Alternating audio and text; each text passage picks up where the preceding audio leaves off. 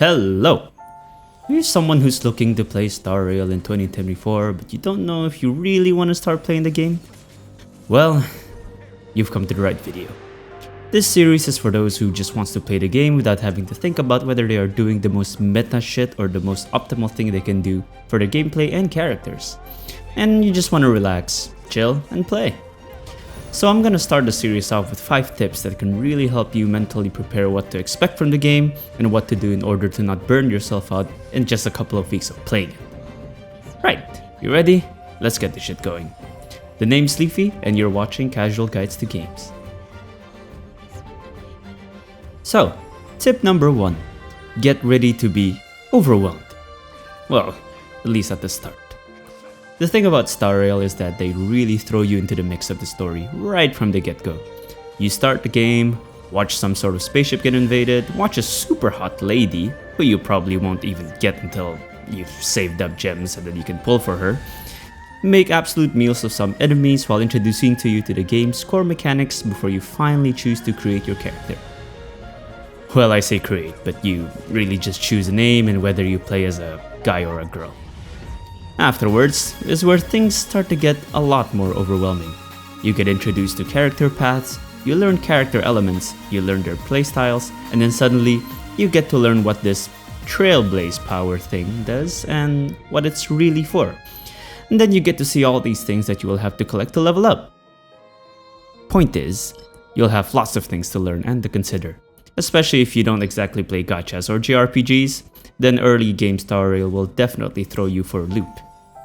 And that is to be expected, honestly. There's nothing wrong with that. Take your time with learning what certain things do, and familiarize yourself with the way they employ turn-based gameplay. Star Rail has a great tutorial tab in the game itself that allows you to go through most of the game's mechanics at any time you want, which makes learning and relearning them much easier to do. Every new gameplay mechanic will always be accompanied with a brief highlighted section that explains what those mechanics do, and they do a pretty good job at doing that, honestly. So, as long as you pay a little bit attention to those sections, then you'll get the gist of what to do just fine. Slowly, you'll understand what each mechanic does, and what to do to progress in the game. You'll start to understand what your characters do, and you begin building a team that will get you through the early game. Now, this is where applying the universal gacha rule of don't try to build everyone at the start really helps. Because even if you don't have that many characters at the start, you'll get enough of them to the point where trying to build all of them in equal measures will end up being a tiresome and resource-intensive tirade. Which leads us to tip number 2. Taking your time is fine progress. So you chose your team of 4, find out what they need and a way to comfortably play with them, and then you start spending resources to build them. Only to see some random videos online showcasing other characters in the same levels as yours and in the same state of your gameplay, but doing a ton more damage. And then you get depressed because your team isn't doing as well. Well, my advice is don't. I'm not telling you to stop watching those clips, but I'm telling you to not let those things bog you down and dictate the way you play the game. Chances are those people are ones that have researched deeply into the way those particular characters or team work, or even people who have played beta and watched previous gameplay and set off playing the game with the goal of achieving those teams in mind. Of course, again, there's nothing wrong with progressing that way, but I'm saying that it shouldn't be the basis of how you think the game should be played. Truth is, you'll have plenty of time to make these changes and get to their type of progress without having to spend too much time researching and gathering materials to support those changes. Besides, if you ever want to try out other characters when you don't have access to them, Star Rail just improved their support system and now you can use your friends' characters to either help you farm or to see if you like the way they play. And don't be shy about adding them to your friend list. Even though they're randoms, they don't really mind you adding them just to keep using their characters. Well, like, case in point, I have like 70 people on my friend list and I only personally know about 12 of them. So, just add them and keep using their characters. They get rewarded for it anyway, so win-win. You can take things slow and you'll eventually get to the levels that everyone else is at. Sure, some will get there a lot faster than you do, but you can just let them be. It'll only feel tiring for you if all you're thinking about is to catch up to others, burning yourself out in the process, stop playing the game, and you end up not catching up to them at all. different people incur different progress. Just like how everyone in life eventually dies, everyone who keeps playing Star Rail will eventually reach TL70. Now, on to tip number 3, and this is a big one. Patience. Like many gacha games, Star Rail resources are gated behind a stamina charge, which is called Trailblaze power in this game. And like all those stamina charges, there are 2 main ways for you to gain this back. The natural one, by waiting and letting them just recharge as time goes on, or by using fuel to recover 60 of them instantly, or to spend your premium currency to recharge the same amount. Don't use those 2 avenues, at least not in the early game. And definitely save your fuel for later on, and definitely don't use your Stellar Jades for recharging. Early game content gives you proportionate resources and experience to progress nicely every single day.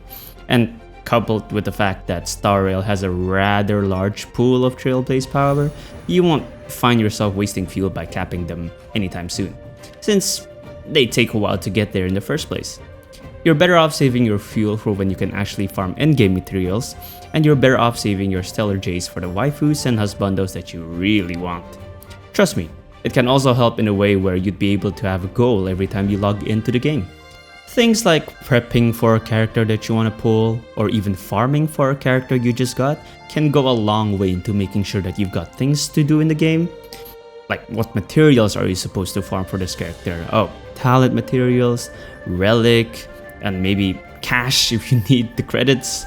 If you blast through all your goals by constantly spending your resources on refreshing your Trailblaze power, and then speeding through achieving everything in a couple of days, then you'd find yourself bone dry on things to do rather quickly.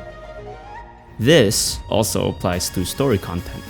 Early on when Star Rail just released, a lot of people complained about the fact that there's not much to do story and quest-wise. They get to the end and everyone was just stuck doing nothing but dailies for a little bit of time. This was somewhat true, at least when the game initially released.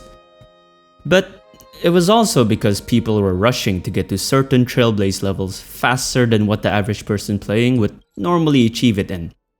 Nowadays, anyone who plays the game without having an adverse addiction to progress that quickly will find themselves with plenty of things to do. For example, I've been TL70 for quite a long time now, and I still have plenty of character and world quests to go through. I haven't even found all those world quests that's probably available out there. And shit, I even still have the second part of Clara's story quest, and that thing's been there since release. I haven't even factored in Trailblaze continuance events and normal events in general, because sometimes some of them have extended storylines and it will take quite a bit to finish them. Suffice to say, you'll have plenty of things to do once you get past the early game, so don't be too fussed about thinking that you're lacking in progress while you're still in early game. In fact, cherish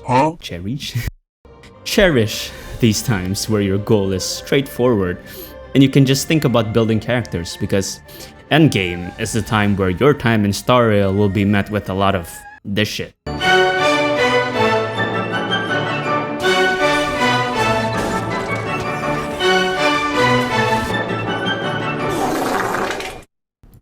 Yeah, it's purgatory in TL70, kind of.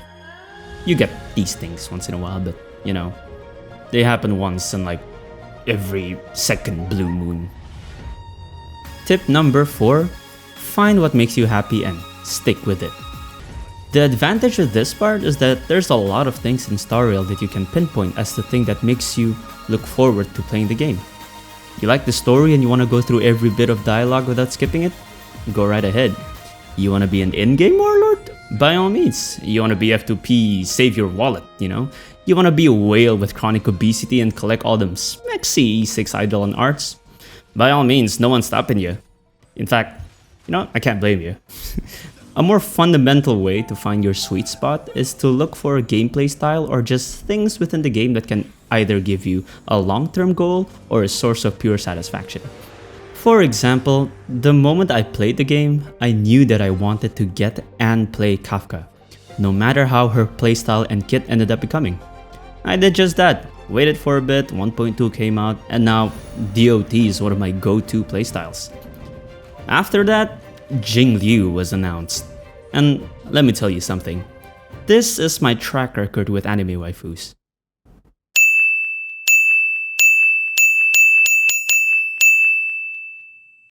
And then there's Jing Liu, who also happens to be an epic sword user, so it was a no-brainer that I was gonna get her. And then this also happened.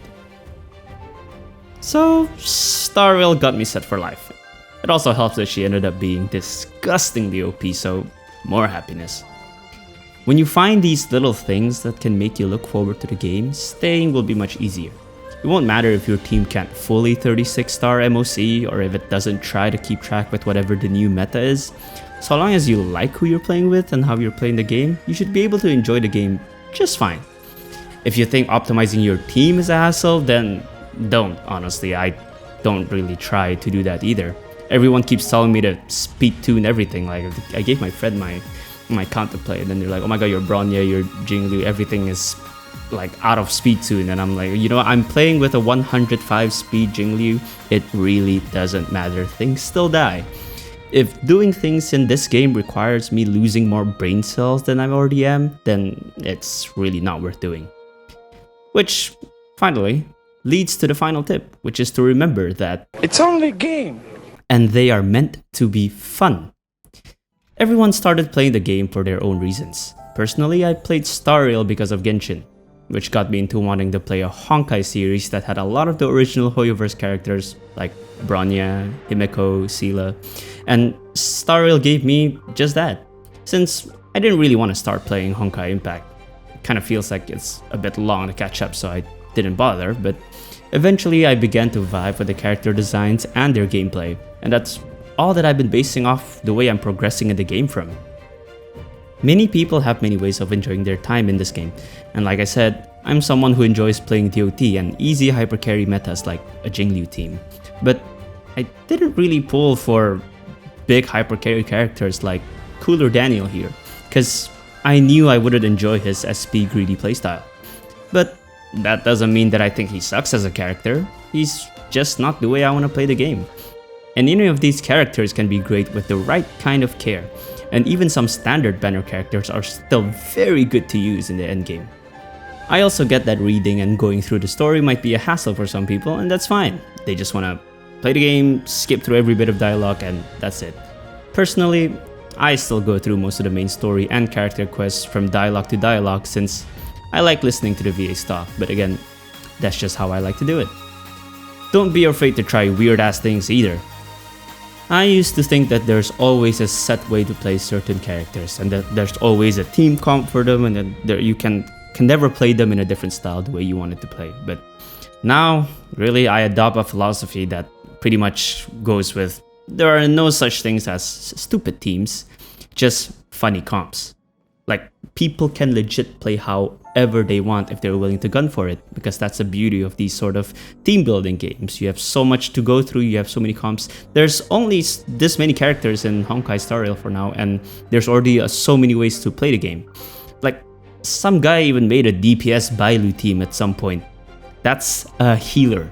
It only has a basic attack as its form of offense. And to be fair, he did some pretty decent damage, so legend. So take it from the guy who hasn't missed a day of this game since launch. There are plenty of fun ways to enjoy this game, and all you need to do is to find which one works for you and stick to what makes you happy. If down the road you end up changing your mind about certain things and liking different playstyles, then that's also good, because at least you're finding new avenues and ways to play the game. I actually almost didn't go for Jingyu because I didn't think that I would like her HP consuming playstyle, but I realized that, well, it actually wasn't that big of a deal, and then now she's definitely, inarguably, my most favorite character, and that's just the things that make me happy and makes me want to play the game even more. At the end of it all, you choose how you want to play, and so long as you're content and happy with the way you're experiencing the game, then really, don't listen to anyone else. Just play the way you always wanted to play, and you'll get far in the game. That's it for this video. Well, I hope it has helped you all in deciding if you want to start playing Star Rail. Let me know what you think in the comments, like if you like it, dislike if you don't, and consider subscribing if you think that this series can prove to be useful for you. The name's Leafy, and I'll see you next time.